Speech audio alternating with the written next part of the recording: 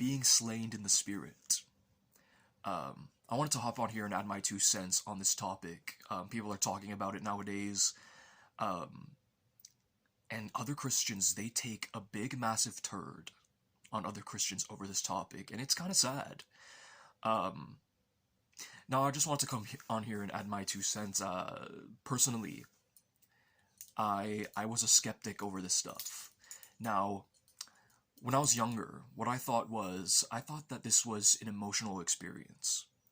I didn't go as far as other Christians in saying it's plain fake, um, that it's like staged or whatever it was. But I thought that it was an emotional reaction. You know, during Beatlemania, when all the girls would freak out over the Beatles and then they would like pass out and paramedics would have to take them away, I thought it was like that. That it was an emotional response. Um, until it happened to me. So, um, I remember this was during a time where I actually wasn't doing well at all, and um, I reached a point of surrender because I was really desperate.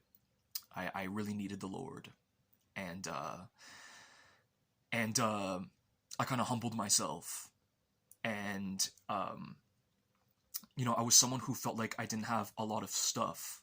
I didn't really have any testimonies under my belt. But at church, it seemed like everybody had something cool to say, and I didn't.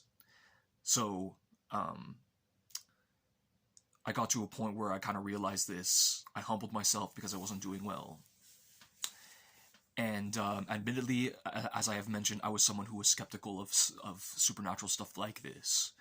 Um, but one day during a conference, this guy, a guest speaker, he laid hands on me, and I felt this power shoot through my body, like this undeniable power, and it was strong. And I fell to the floor, and people caught me. And you know, during this time, because I was in a really rough spot here during this time. Um, I saw that other people, he was laying hands on people. This guy, this guest speaker, and most of the people were falling to the floor, but every now and then there were other people who seemed unfazed. And I got to a point where I'm like, you know what? I don't want that to be me because right now I'm in a really rough spot.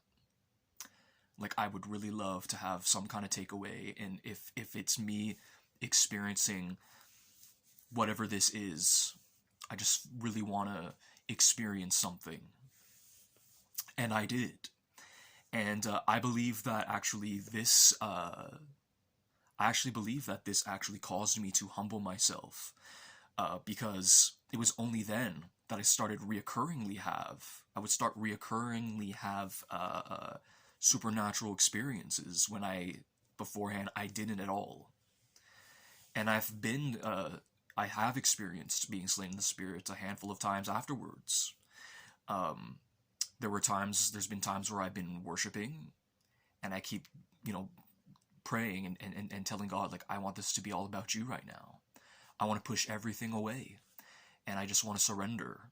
And it's in those moments where I believe I reached a point of surrender where it's kind of like this stuff happens. I do believe it takes a posture of surrender to experience this stuff. Um, so again, I just wanted to add my 2 cents. I believe in this stuff. Lots of Christians don't. Um, but it's not a big deal. Honestly, like, if you don't experience being slain in the spirit, it really isn't a big deal. And I don't think it's worth taking a giant poop on other Christians for either.